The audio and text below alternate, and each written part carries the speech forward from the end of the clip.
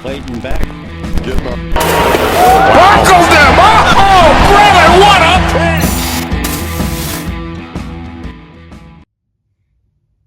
Good morning, YouTube, and welcome back to Caught Looking with Mike Armstrong. I'm here today to show the top 5 cards in my collection. Let's get started. At number 5,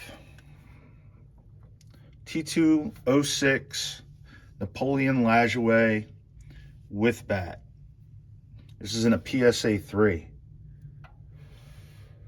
And I think this is a very sharp looking card. Centering is really nice all around. It's a Piedmont 350 back. I love the image of this card. I used to have Lajoie's portrait. I did wind up selling it. I'm looking to get it back in my collection. But I really love the image of this card. In my opinion, Lajoie, if you're not a pre-war collector and not familiar with him, I think he is very underrated. A lot of guys just don't know the name Napoleon Lajoie, and they should. This guy was in batting title competitions with Ty Cobb throughout his career, was a renowned legend in Cleveland. As a matter of fact, the Cleveland Indians changed their name to the Cleveland Naps. And I've heard in recent discussion that with the Indians changing their name I don't think this season, but next season, they're actually considering calling themselves the Cleveland Naps, which I think would be awesome. So number 5 in my collection, T206 Napoleon Lajoie. Number 4,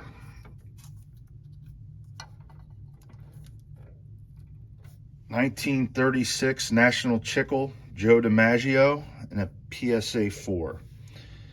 This 36 DiMaggio is from his rookie season. What I find neat about this card is, as you can see, DiMaggio is wearing number 18. This picture was taken in a spring training game. It is a blank back. As you guys probably know, DiMaggio wore number 5. Another fun fact for me, I grew up a Yankees fan in North Jersey, and I just loved hearing stories about Joe DiMaggio, and I loved the number 5. So as I was playing sports growing up, I tried to either have the number 5 or get to the number 5 somehow. So when I got into high school, my baseball and football team did not have the number 5. Football, I wore number 83. I was a tight end and linebacker. 8 minus 3 is 5. 83 is a pretty disgusting number, but I had to get to 5. And in baseball, I wore 32. 3 plus 2 equals 5. This card's well centered. I just love the image. I love the high socks. Number 4 in my collection, 1936 National Chickle Joe DiMaggio.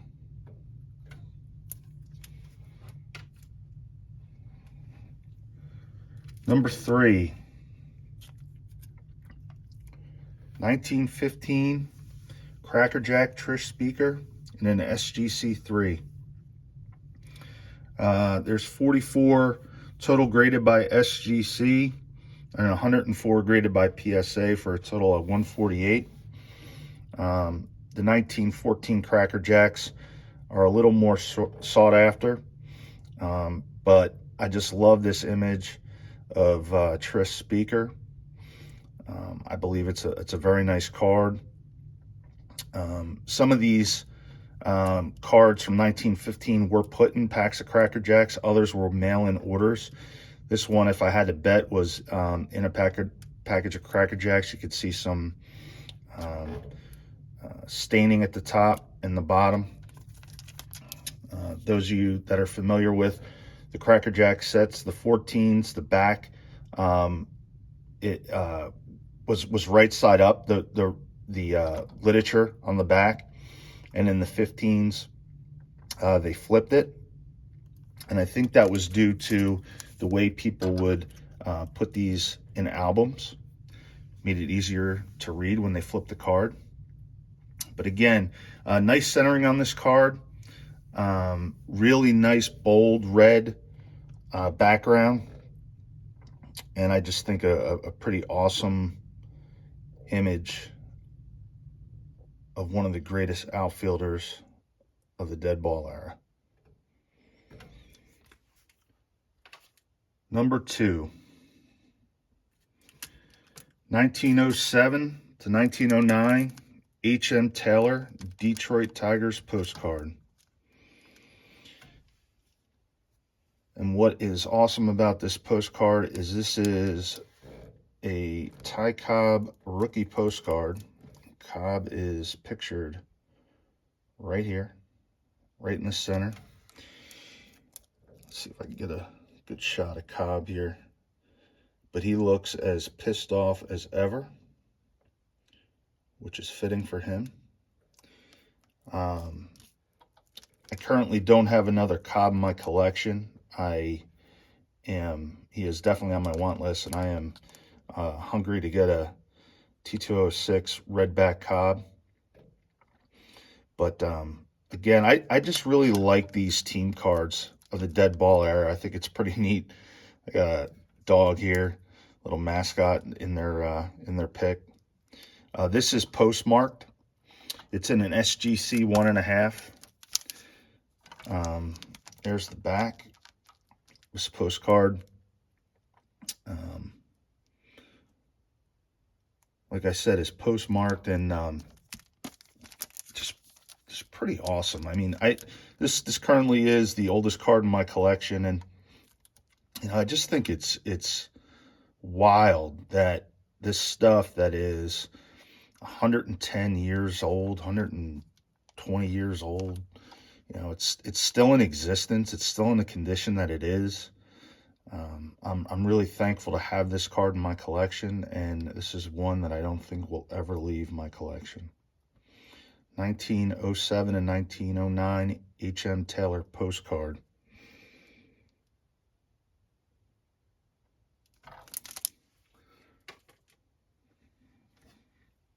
And number 1, T206 Walter Johnson in an SGC 2.5, Wajo's portrait.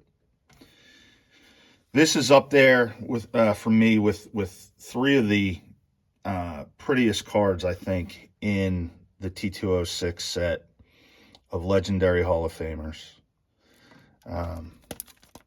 This is in a pretty clean Piedmont 150 back. The Big Train, arguably the best pitcher in the dead ball era, and arguably the best pitcher of all time.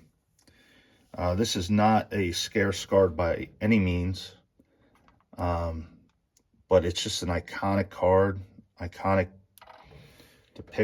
picture.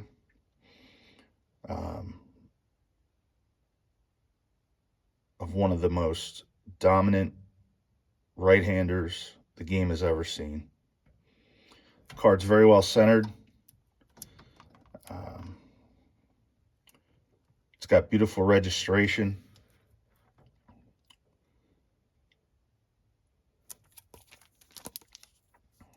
Nice clean back. Got this card about a year ago. And again, it's one that I think will never leave my collection. All right.